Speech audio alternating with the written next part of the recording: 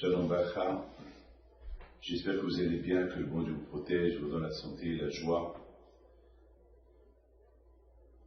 On approche la fête de Hanouka et on se pose la question.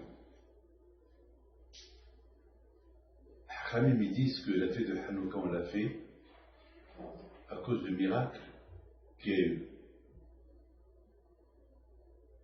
Une fois que les Hashmonaïm, ils ont gagné la guerre contre les Grecs, la première chose qu'ils ont fait, ils ont libéré le Beth Amikdash, ils l'ont nettoyé, et le premier jour déjà, ils ont voulu allumer la menorah dans le Beth Amikdash. Vous savez que dans le Beth Amikdash, il y avait une menorah symbolique. Cette menorah-là qui donnait de la lumière, et on compare cette lumière à la lumière de la Torah. Ça veut dire que c'est un rappel à chaque juif de respecter Torah et Mitzvot. C'est-à-dire que la Hanouka, elle représente le rappel de Torah et Mitzvot. Comme que la menorah, elle donne une lumière avec de l'huile. Alors comme ça, le juif qui a le Neshama, il doit allumer son corps avec la lumière de la Torah. On dit que Hashemen, c'est l'huile. Hashemen, c'est la traduction de Hashemen, c'est l'huile en français. Et les mêmes lettres de Hashemen, c'est les mêmes lettres de Neshama, l'âme. Donc, il faut allumer l'âme. C'est-à-dire qu'Akadosh Baruch Hu, il nous donne un avertissement. Si on ne veut pas s'éteindre au niveau spirituel, au niveau judaïsme, il faut allumer l'âme avec la Torah. Mes amis, c'est ça ce que les Grecs ils ont voulu faire aux Juifs. Ils n'ont pas tué, comme qu'il a fait Hitler, comme qu'ils ont fait beaucoup des nations. Ils ont éliminé, tué tous les Juifs qu'il y avait malheureusement chez eux, à l'époque des croisades, avant qu'ils allaient faire la guerre contre les musulmans en Israël, avant qu'ils partaient, ils se vengeaient sur les Juifs. Parce qu'ils disent, c'est à cause d'eux qu'on a tout le mal. Donc, les Grecs, ils n'ont pas voulu faire comme ça. Les Grecs, ils savent que les Juifs, ils sont très intelligents. Alors ils se sont dit, pourquoi les tuer? On peut les laisser vivants, mais il faut qu'on leur relève la Torah. Il faut qu'on éteigne leur vie spirituelle.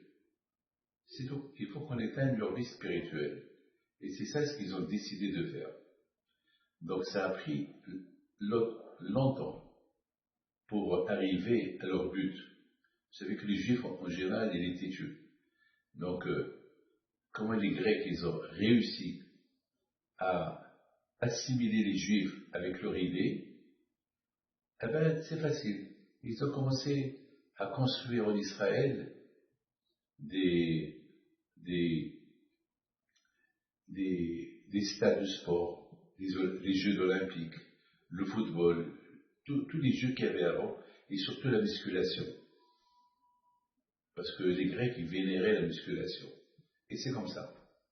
Petit à petit, les Juifs, ils ont commencé à s'intéresser, et petit à petit, voilà, ils se sont assimilés avec les Grecs, et à un moment donné, une fois que les Grecs, ils ont vu que la majorité des Juifs, ils sont presque assimilés à eux, alors là, ils ont commencé à interdire à ceux qui respectaient la Torah. Alors, ils ont complètement éteint le judaïsme en Israël, à tel point que c'était fini. C'était fini au niveau spirituel, c'était fini. Imaginez-vous, 52 ans, les vieux, ils sont morts ou tués, la nouvelle génération qui est née, cette nouvelle génération, ils étaient sans aucun signe en eux de Torah. Il y avait ni Pesach, ni Sukkot, ni Rosh Hashanah, ni Brit Mila, ni Bar Mitzvah, ni migré pour les femmes. Il n'y avait plus rien, c'est fini. C'est fini. Et il y a une famille. Cette famille, on les appelle Hashmonaïm. Cette famille-là, ils étaient cachés dans le désert. Et eux, ils ont fait la guerre contre les Grecs. Et Akash Baruch Hu, il leur a donné la force. Ils étaient un peu contre des milliers. Ils ont gagné la guerre. Ils ont libéré Israël. Mais le premier jour qu'ils ont gagné la guerre, ils n'ont pas fait la fête de la victoire. Tout de suite, ils sont rentrés au Beth Amikdash, ils ont commencé à nettoyer le Beth Amikdash. Le problème, c'est qu'il n'y a pas d'huile. Toutes les bouteilles d'huile qu'il y avait là-bas, elles étaient ouvertes, ils étaient cassées. Donc, avec quoi ils vont allumer la Hanouka? Ils ont cherché, et cherché, et cherché. Mais vraiment, je ne comprends pas pourquoi ils cherchaient. Parce qu'il y avait toutes les bouteilles d'huile étaient ouvertes. Les Grecs les ont touchées et ils ont rendu impurs. Ou bien ils ont fait là-bas à chaque bouteille d'huile un os de cochon. Les os de cochon. Ils ont même sacrifié le cochon dans le Beth Amikdash, les Grecs, pour montrer aux Juifs, voilà, s'il y a un Dieu, il est où? Pourquoi il n'a rien fait?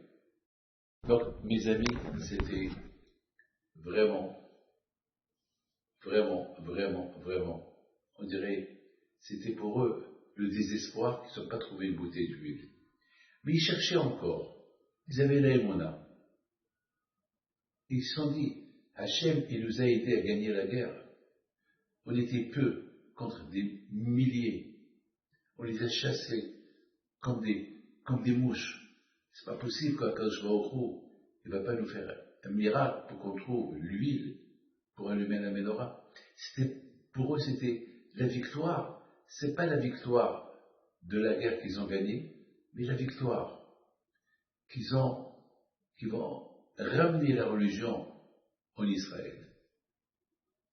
Et Akadosh Baruch Hu, il leur a bien ouvert les yeux, et il se trouvait une petite fiole, et cette petite fiole-là, elle a duré 8 jours.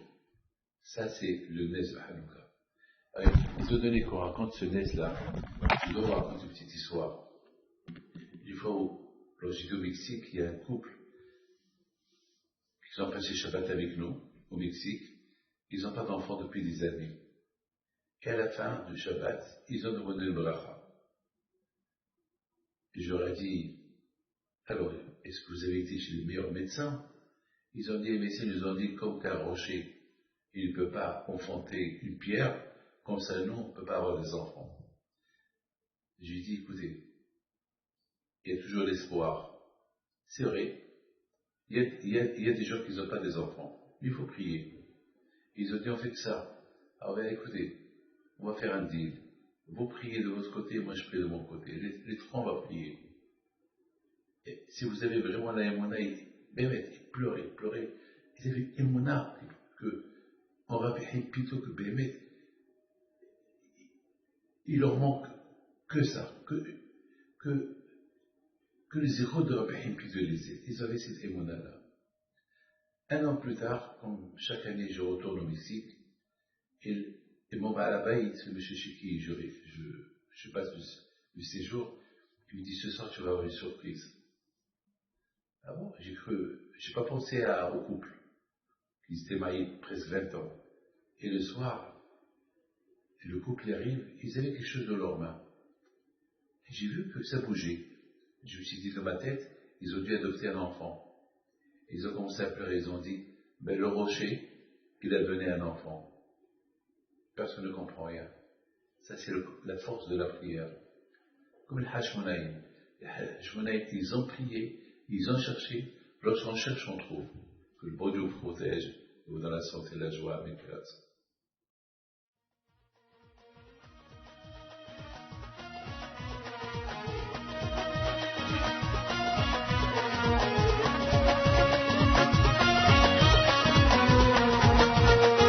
Non tu jenes zgartu